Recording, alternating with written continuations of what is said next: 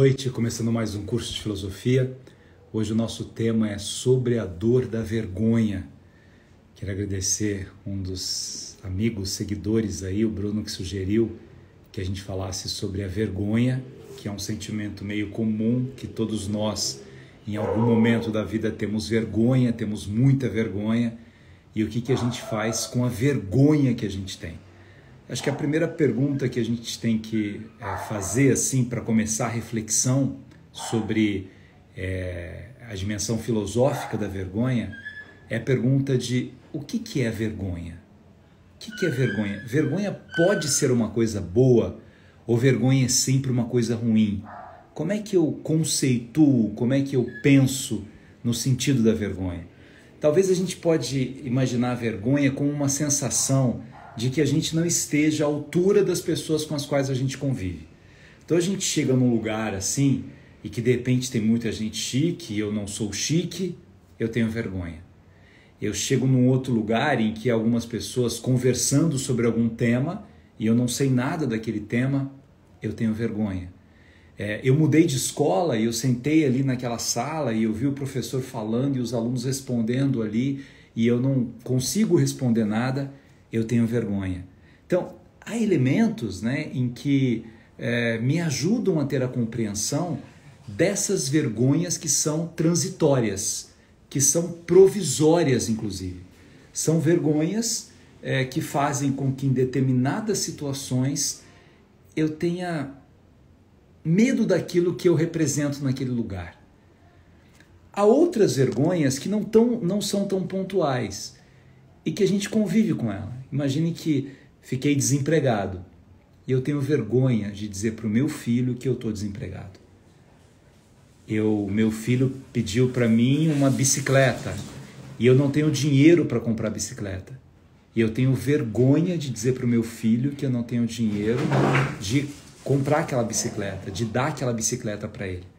Então eu acabo convivendo com estas vergonhas sempre na minha vida. Mas a gente tem vergonhas mais profundas. Vergonhas que nos ajudam a ter uma psicologia da nossa alma num foco mais voltado numa dimensão moral, que é a vergonha dos equívocos que eu cometo. E que às vezes ninguém sabe que eu cometi aquele equívoco, mas eu sei que eu cometi aquele equívoco. Então eu tenho vergonha de ter mentido e da minha mentira ter provocado dor em alguma pessoa. Eu tenho vergonha de ter enviado uma coisa para alguém que eu não devia ter enviado. De ter destruído a história de alguém porque eu não fui cuidadoso com isso. Essas vergonhas, que vão vivendo dentro de mim, que fazem parte dentro de mim, elas podem me ajudar nessa psicologia moral a pensar um pouco no que mora dentro de mim e como é que eu limpo essas coisas para não precisar pedir vergonha disso. Imagina que você está com seu filho e você bebeu e aí o guarda parou e você está com vergonha de ter bebido e pensando no exemplo que você está dando para o seu filho. Eu tenho vergonha disso. E esse sentimento de vergonha, ele também pode vir de uma dimensão traumática da minha existência. É muito comum, minha gente, pessoas que passam por situações de muita dor se calarem diante dessa dor. Então, uma mulher que foi vítima de violência sexual, mulher que foi estuprada, os casos de mulheres que não vão à polícia para dizer que foram estupradas, que não narram essa experiência dolorosa, criminosa, horrenda, está ligado a essa visão da vergonha. É como se eu, mulher, tivesse vergonha de ter despertado isso num homem. E é uma visão equivocada, minha mesmo, mas talvez não seja construída por mim essa visão, mas ela venha de uma estrutura social em que muitas vezes eu ouvi piadas horríveis de pessoas culpando aquelas que sofreram a violência e não o agressor. O que é um absurdo. Eu tenho vergonha de apanhar do meu marido. Como é que eu vou dizer para as pessoas que eu apanho do meu marido? Como é que eu vou dizer para as pessoas que o meu marido bate em mim? Como eu vou falar isso? Eu tenho vergonha disso. Então eu não digo nada. talvez nessa dimensão da vergonha filosófica, isso possa existir em mim em algum momento. Mas vai chegar um momento em que, para que eu possa melhorar os meus afetos, talvez seja fundamental que eu confie em alguém. Que eu consiga dizer para alguém o sofrimento que eu tive e que incorretamente causou vergonha em mim. Porque não fui eu quem agredi, não fui eu que violentei. Mas mesmo assim, mesmo sendo vítima de violências tão terríveis, eu tenho vergonha disso. Eu tenho vergonha de dizer como é que a minha namorada me trata, como é que meu namorado me trata. Eu tenho vergonha disso. Eu tenho vergonha de dizer que eu fui em busca da minha namorada ou do meu namorado. E aí a gente mente. Eu vou criando histórias para justificar ações que eu nem concordo com as ações que eu faço. E eu crio histórias para amenizar a dor que eu estou sentindo naquele momento. Aqui eu quero dar uma sugestão para quem passa a experiência da vergonha mais traumática, né? Dos sofrimentos que teve, e que não está em condições ou não quer falar sobre isso porque dói. Eu posso dizer, sim, mas eu fui violentado sexualmente, criança, e isso dói em mim ainda. Há uma dimensão de uma epifania epistolar de texto, em que, quando eu não consigo confiar em alguém para falar isso, ou quando o fato de falar para alguém dói muito em mim, a experiência da escrita é uma experiência belíssima. Eu vou escrevendo e vou contando para mim mesmo a vergonha que eu tive. E por que eu tive essa vergonha? Às vezes eu posso pegar um instrumental de vergonha e transformar essa vergonha em dignidade. Então eu sofri preconceito racial por ser preto, e aí alguém me humilhou por causa disso e eu tive vergonha dessa humilhação. Mas veja, quem deveria se envergonhar é a pessoa que teve preconceito com você, não você. Mas eu fiquei com vergonha disso. Como é que eu transformo essa vergonha que eu tive, que poderia ser uma vergonha alheia de alguém preconceituoso, mas ali naquele momento, a piada que contaram, a brincadeira, né? Isso não é brincadeira, isso é destruição da alma do outro. E eu não consigo elaborar muito isso em mim. Aí eu escrevo.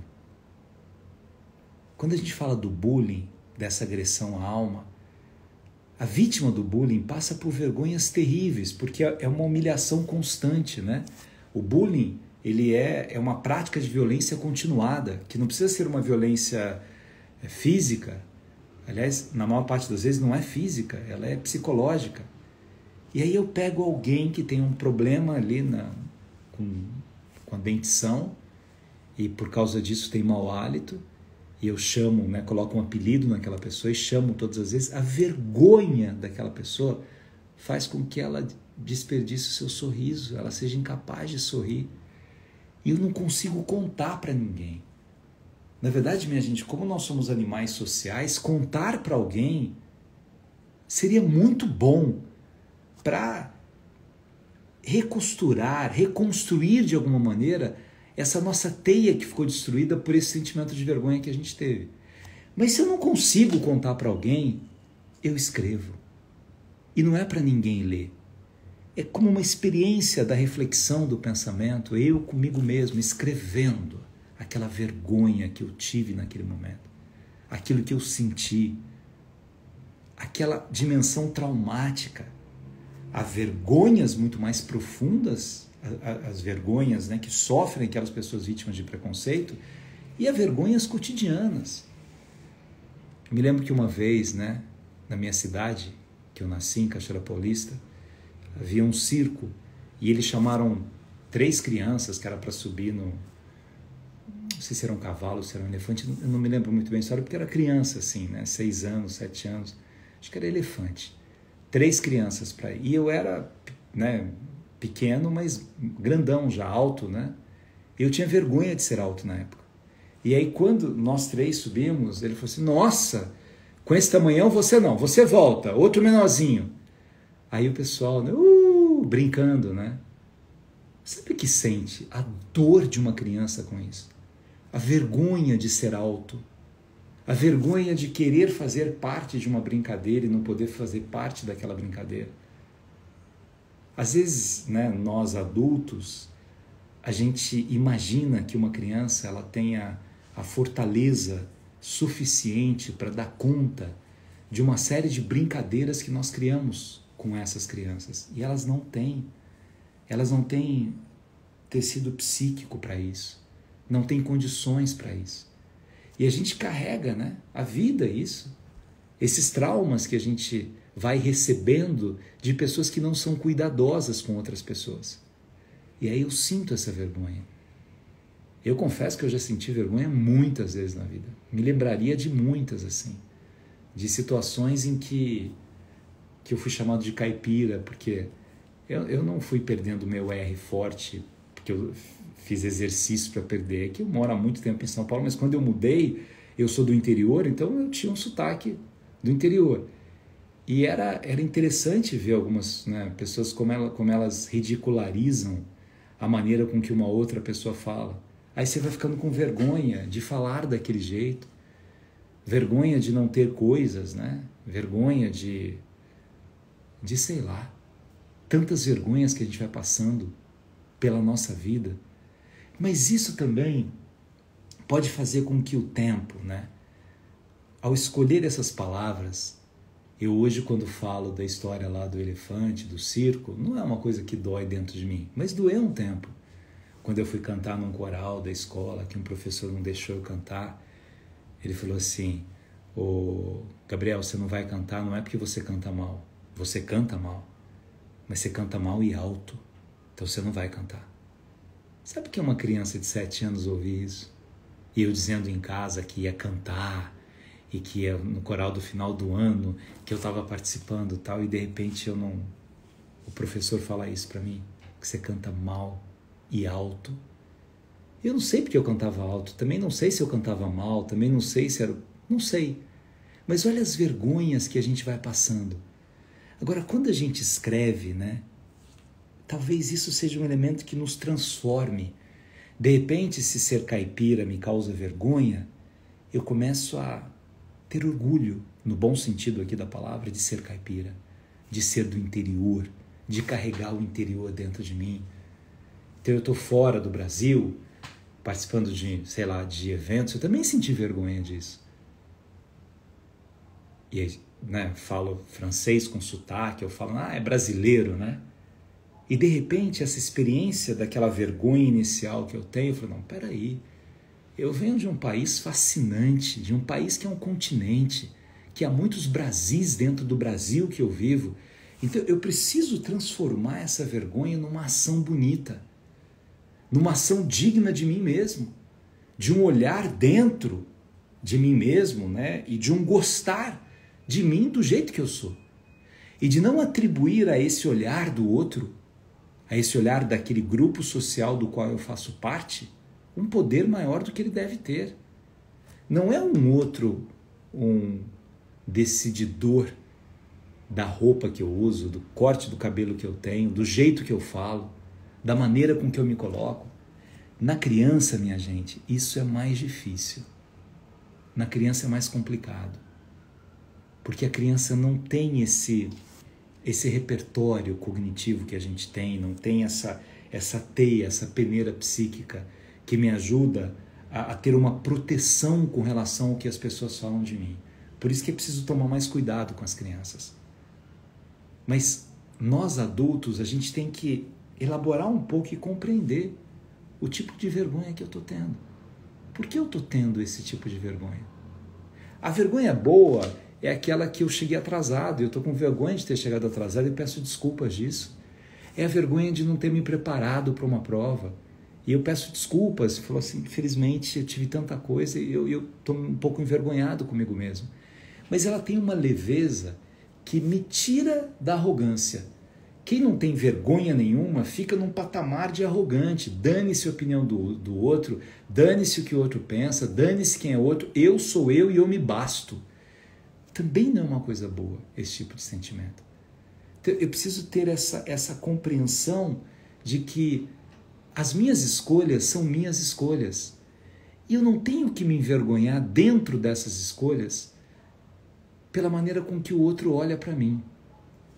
Tem um pensador que eu gosto muito, né, o Camus, e ele diz uma coisa que depois o Gonzaguinha coloca na sua letra de um outro jeito, mas que tem o mesmo significado, né? O Camus diz que não há que ter vergonha de preferir a felicidade. Eu não tenho que ter vergonha de preferir a felicidade. Então, se muitas vezes a opção que eu faço na minha vida é uma opção de felicidade, eu não tenho que ter vergonha disso. Nossa, mas minha mãe morreu faz pouco tempo e eu estou sorrindo aqui, eu estou feliz, eu estou com vergonha da minha felicidade. Não, sua mãe está feliz pela sua felicidade. Ah, perdi meu marido, assim, eu era para ficar, né, meio enlutada, mas me convidaram para ir para uma festa e eu fui.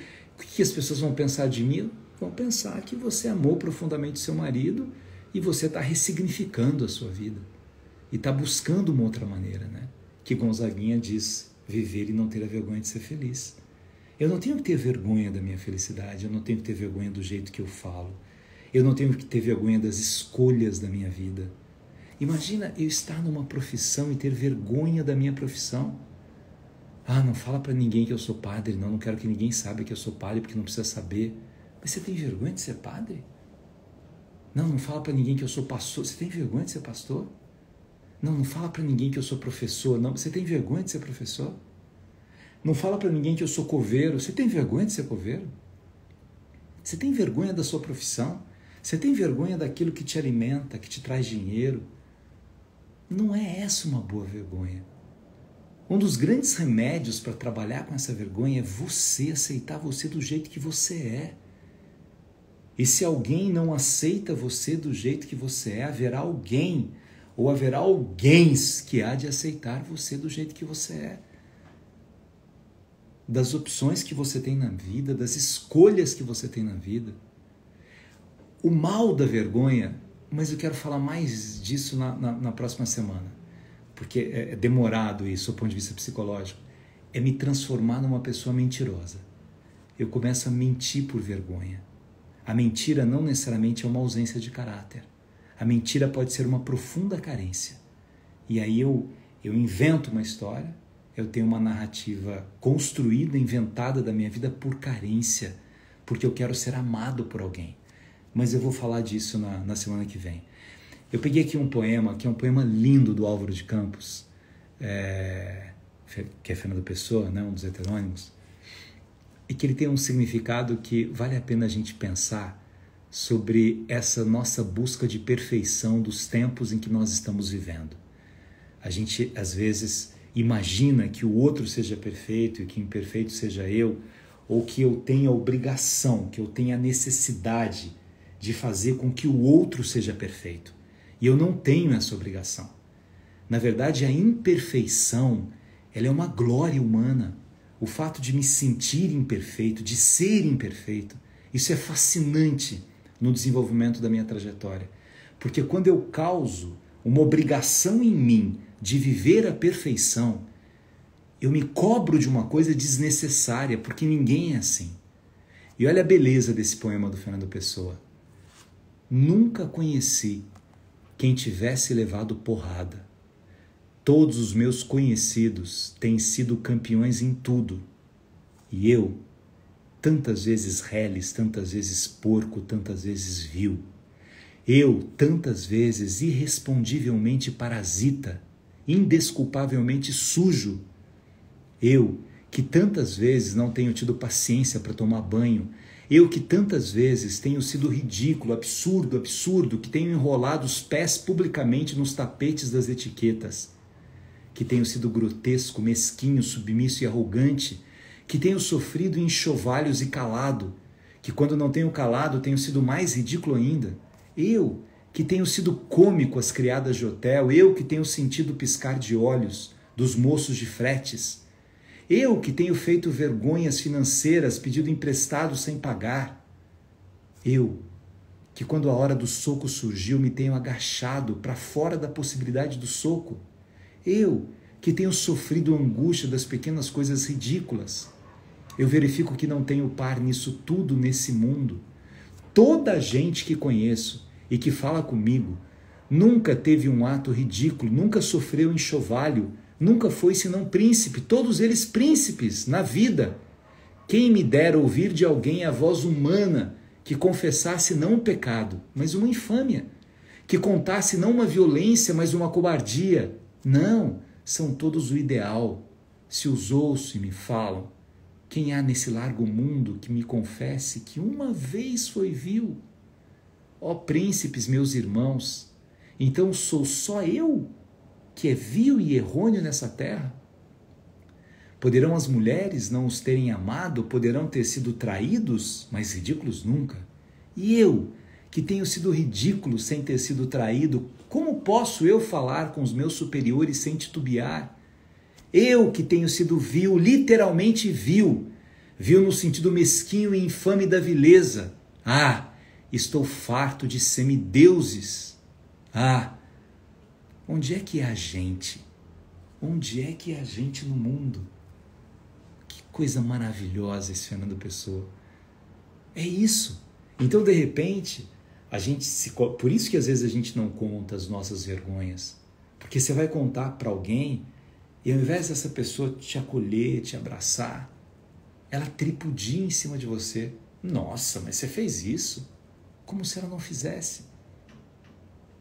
Como se ela também não tivesse trocado os pés pelas mãos. Como se ela também não tivesse envergonhado a si própria.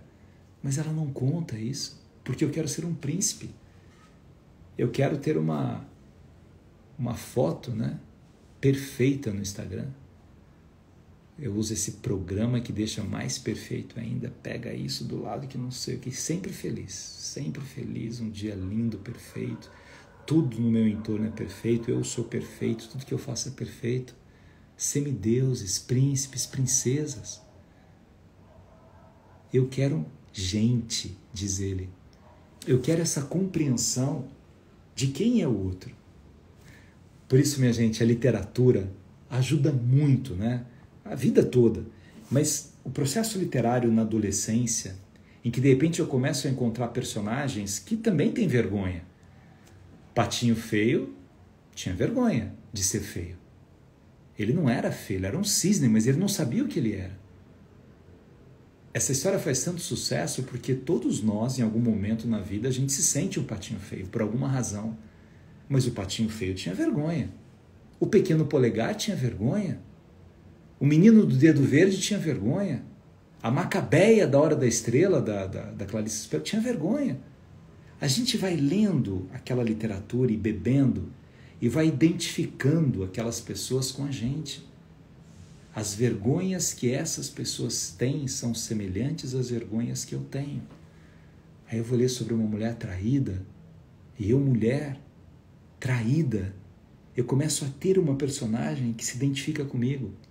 Eu, injustiçado, quantas histórias de injustiça há na literatura. E eu que me sinto injustiçado por uma série de razões.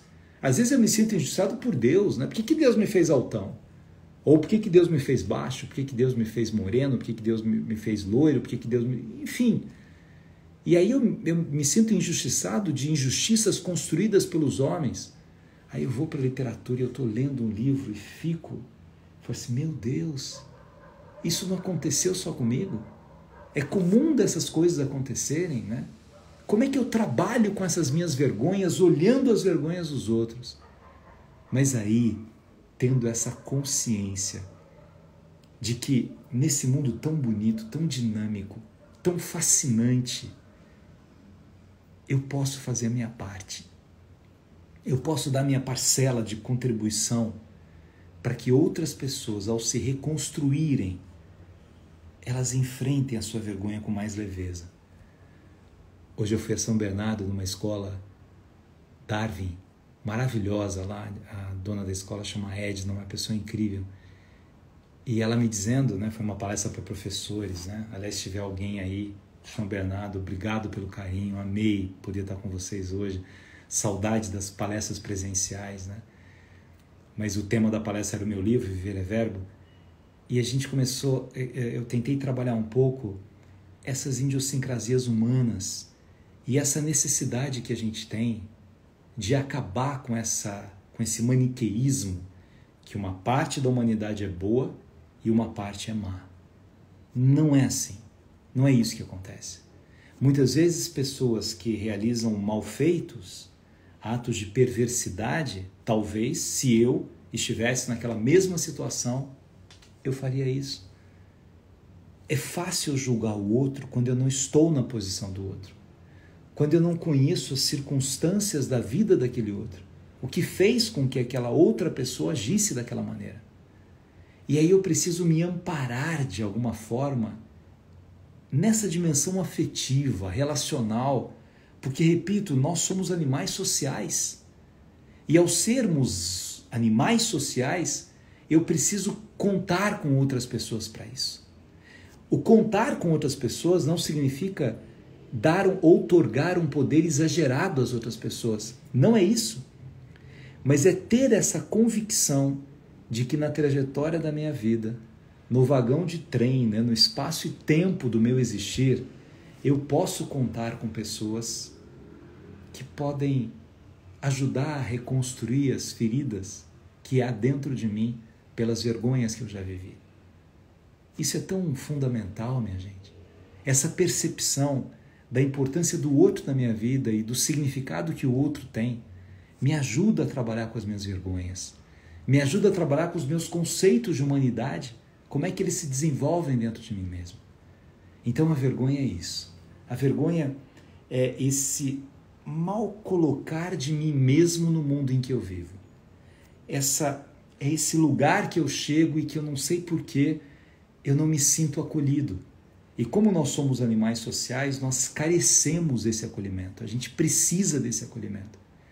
O bom da vergonha é fazer com que esse sentimento da moral, né, da psicologia da moral, daquilo que mora em mim, faça com que eu busque atos mais corretos para não precisar ter vergonha dos meus atos.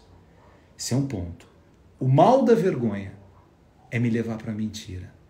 É fazer com que eu crie uma pessoa que eu não sou, uma persona, para ser amado pelas outras pessoas. Mas sobre isso eu vou falar na semana que vem, porque é um tema legal também. Por que a gente mente? Por que a gente mente para ser amado? Como é que eu consigo trabalhar isso? Bem, eu quero que vocês me digam que cidade vocês estão, para eu mandar Joana Dark, venha para Santo André, vamos, hoje foi São Bernardo, um beijo para você, meu amigo amado Marcos, meu aluno, que honra ter você aqui, juiz brilhante, muito legal. Eu quero mandar um abraço muito carinhoso para um amigo que eu amo muito, que é o Breno, meu professor de canto lá do Rio de Janeiro, que faz aniversário hoje, que é um homem que tem uma sensibilidade imensa, né? Que alimenta a alma das pessoas com a sua voz, com a sua leveza, com a sua autenticidade. Breno, você é um presente de Deus para a humanidade. Um beijo para você. Silmara, Santo André, um beijo também. Saudade das aulas, né, Marcos? Eu também tenho saudade de vocês. Jabuticabal, Isabel de Jabuticabal. Adriana, tinha alguém que falou que era da Suíça aqui, agora eu perdi o nome. Maria Dilma do Maranhão, de Tinga do Maranhão. Alguém de Laje, Santa Catarina. Maria Alva, Curitiba. Henrique de Contagem, Minas Gerais. Tati de Lavras. Daniel de Espinosa, Minas Gerais. Dani, né, de Espinosa. Águas de Lindóia, não vi o nome da pessoa. Nova Veneza, Maristela. Muito legal, muito bom estar com vocês. Maria Nunes, do Rio de Janeiro. Sarandi, Rio Grande do Sul, Carol, já tive aí também. Irmãs Carlos, saudade de vocês, beijos triplos. 3 meninas lindas. Cecília disse que odeia mentiras, vamos falar sobre mentira na semana que vem, que é um tema muito legal. E a gente vai ver o que leva as pessoas. Fátima do Piauí, às vezes a mentir por carência, por uma distração interna.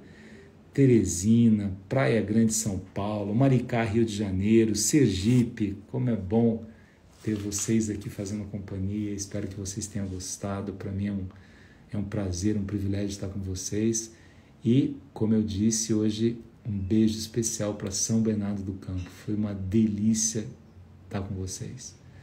Um beijão, até semana que vem.